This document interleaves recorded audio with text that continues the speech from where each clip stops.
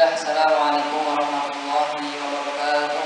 Waalaikumsalam warahmatullahi wabarakatuh. Alhamdulillahi rabbil alamin, wa bihi nasta'inu ala umuri dunya waddin.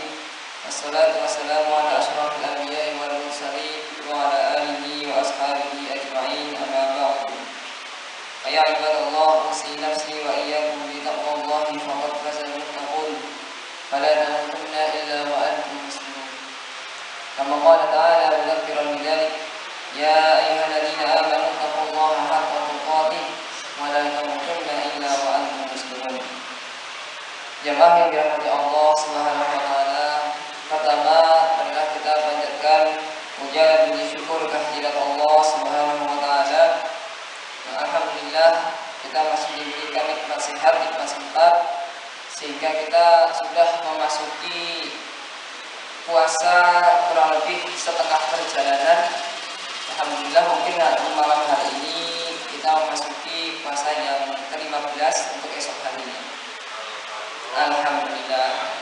Semoga senantiasa kita sampai kemudian menuju finalnya nanti kita senantiasa diberkahi kesehatan dan diberkahi kekuatan untuk senantiasa menjalankan rangkaian ibadah di bulan suci Ramadan.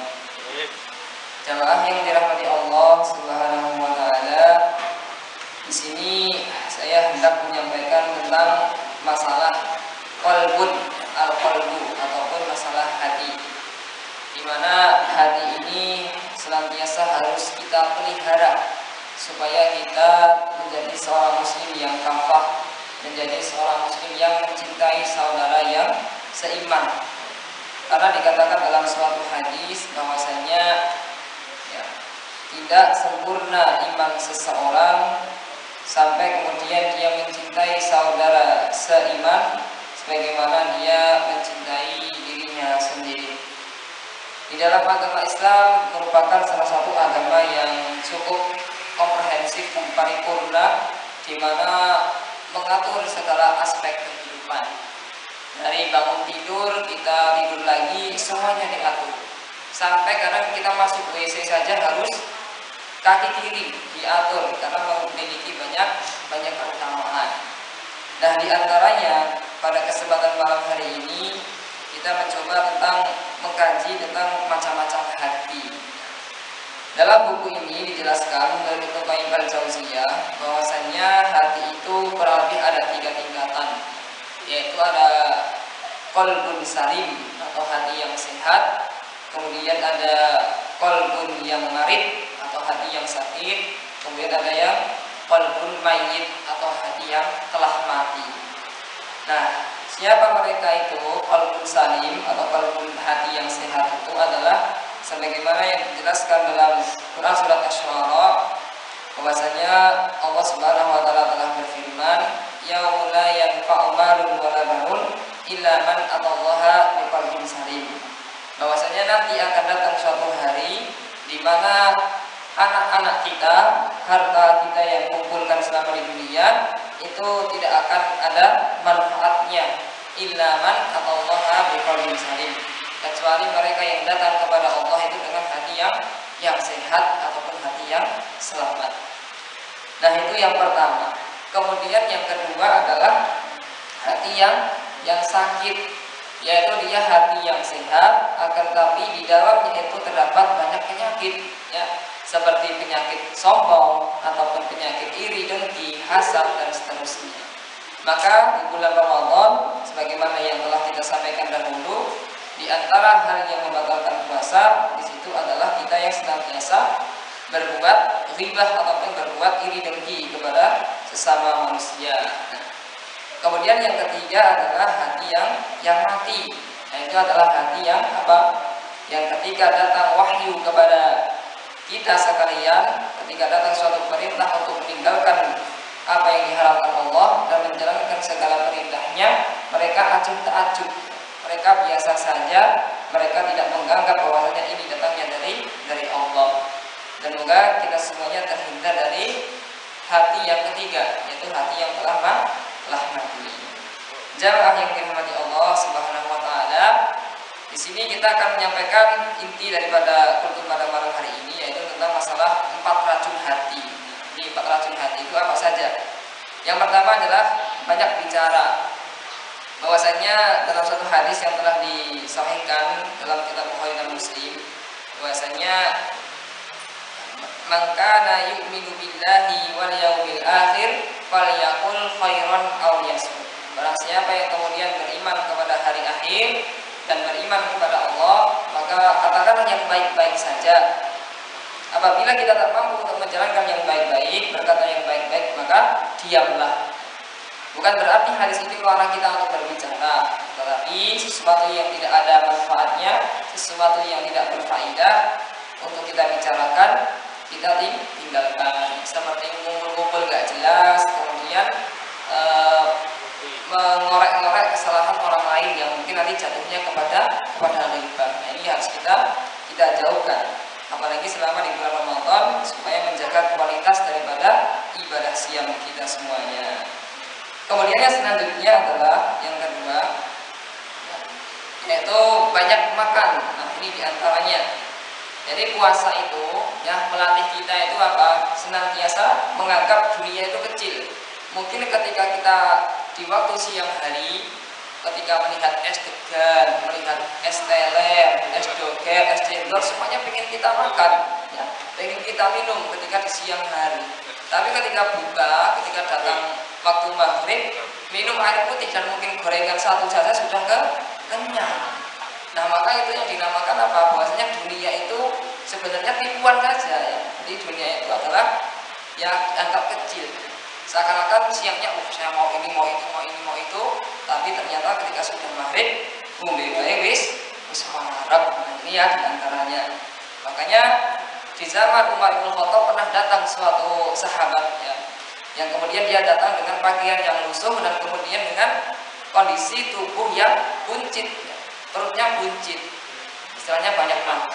Maka kemudian Umar berkata, ya fulan, apa-apaan ada ini, ya? Kenapa engkau ini datang ke masjid dengan pakaian yang lusuh dan dengan perut yang buncit? Maka kemudian Umar mengatakan kepadanya, wahai fulan, tinggalkanlah perut buncit, ya, karena perut buncit itu yang nantinya akan sebab datangnya kemalasan. Coba saja kita lihat orang-orang yang gemuk itu ketika sholat, ya, mau ruku aja susah. Makanya kita lihat, ya, saya juga bersyukur nih pada diri saya sendiri yang masih kurus ini sebenarnya. Nah, makanya di antara hadis yang banyak makan, ya, di antaranya kita hati-hati dengan masalah makanan itu sendiri. Dalam satu hadis juga dikatakan sepertiga itu buat makan, diisi buat makan, ya. Sepertiga diisi untuk minum, kemudian sepertiga lagi diisi untuk udara. Jangan semuanya diisi makanan semua. Nanti kalau diisi makanan semua nggak bisa bernapas, ya. Itu diantaranya nih. Makanya konsep kesehatan ala Nabi itu sangat luar biasa, detail sekali. Sampai kemudian makan minum aja diatur. Nah, ini Islam. Maka Islam itu indah. Kemudian yang ketiga, berlebihan dalam bergaul, ya. Bukan berarti kita membatasi atau melarang untuk bergaul, karena pada dasarnya Al-Quran telah mengajarkan kita untuk apa? Ya ayyuhalladzina amanu inni innallaha khalaq. Saya menciptakan, ya, Allah Subhanahu wa taala itu menciptakan apa? Min zakarin aw unsa, ya. Baik itu laki-laki ataupun perempuan. Wa ja'alnakum syu'uban wa qabaila lita'arafu. Menjadikan mereka berbangsa-bangsa dan bersuku-suku, tidak lain dan tidak bukan untuk saling mengenal. Tapi tentu hal ini adalah pergaulan yang baik, pergaulan yang positif, ya. Jangan sampai kemudian generasi-generasi kita, anak-anak kita terjerumus ke dalam pergaulan yang menyesatkan atau pergaulan bebas. Ini diantaranya tugas orang tua harus seperti itu, ya, mendidik, mengarahkan anak-anaknya untuk menjadi generasi Qur'ani. Jangan sampai kemudian terjerumus ke pergaulan yang salah. Kemudian yang terakhir adalah banyak memandang. Nah, ini sebagaimana kemarin yang telah kami jelaskan pula, banyak memandang ini juga akan menimbulkan sesuatu yang tidak baik. Apalagi ketika mungkin tidak disengaja kita melihat, ya, salah satu perempuan yang mungkin tidak berbusana yang sopan, mungkin dengan apa istilahnya itu berpakaian tapi telanjang, ya, seperti pakai terus melihat, maka nantinya yang timbul adalah syahwat ataupun hawa nafsu. Nah, ini diantaranya hal yang terpenting untuk kita jaga, banyak memandang. Orang yang banyak memandang itu, ya, suatu ketika ada suatu cerita ada dua cewek ataupun dua wanita solehah, ya, yang satu solehah, yang satu salahah, salah dan soleh. Maka kemudian apa? Dia berjalan. Ini pertama ini wanita yang salah tadi, yang pakaiannya itu ya seksi lah istilahnya. Maka kemudian dia melewati suatu gang yang banyak pemuda nongkrong di situ. Pemuda nongkrong di situ kan tidak lain dan tidak bukan ya mungkin ini orang lewat ataupun ngobrol-ngobrol yang tidak jelas. Maka suatu ketika dia melewati gang itu dan kemudian dia disiuli. Siuli tahu ya? Itu disiuli dan diganggu tentunya karena menggunakan pakaian yang masya Allah ya. Kalau saya mungkin ya melihatnya ya, masya Allah ya. Melihat pakaian yang seksi dan seterusnya. Maka diganggulah itu dan kemudian terjadi hal-hal yang tidak diinginkan, yaitu pelecehan seksual. Maka kemudian datang sebagai contoh yang kedua wanita yang solehah tadi, jilbabnya besar, pakaian-pakaiannya gamis, kemudian dia melewati gang yang sama, gang yang tadinya banyak pemuda nongkrong di situ. Maka kemudian apa yang terjadi? Pemuda-pemuda tadi itu tidak mau mengganggunya, ya pemuda-pemuda itu tadi tidak mengganggunya. Maka kemudian wanita solehah itu bertanya kepada sekelompokan itu tadi, wahai para pemuda, kenapa engkau tidak menggangguku? Sedangkan saya ini berjalan sendirian. Maka kemudian apa kata pemuda tadi itu? Wahai wanita yang solehah, sesungguhnya di samping kanan dan kirimu ada bodyguard yang tubuhnya besar-besar, yang senantiasa menjagamu kemanapun engkau pergi. Nah, maka apa? Ketika kita senantiasa menjaga hak-hak Allah, maka disitulah Allah juga tidak segan-segan untuk menurunkan pertolongan. Ya. Mungkin tidak terlihat secara kasat mata, tetapi menurut mereka terlihat. Nah, itu bentuk pertolongan dari Allah Subhanahu wa Ta'ala. Nah ini, jangan kemudian kita memandang sesuatu yang tidak baik itu dengan syahwat. Ini di antaranya. Jamaah yang dirahmati Allah Subhanahu wa Ta'ala, tinggal kami simpulkan untuk pada malam hari ini, yaitu yang pertama, 4 racun hati itu ada banyak bicara, kemudian ada banyak makan, dan yang ketiga ada berlebihan dalam bergaul, dan yang terakhir adalah banyak memandang.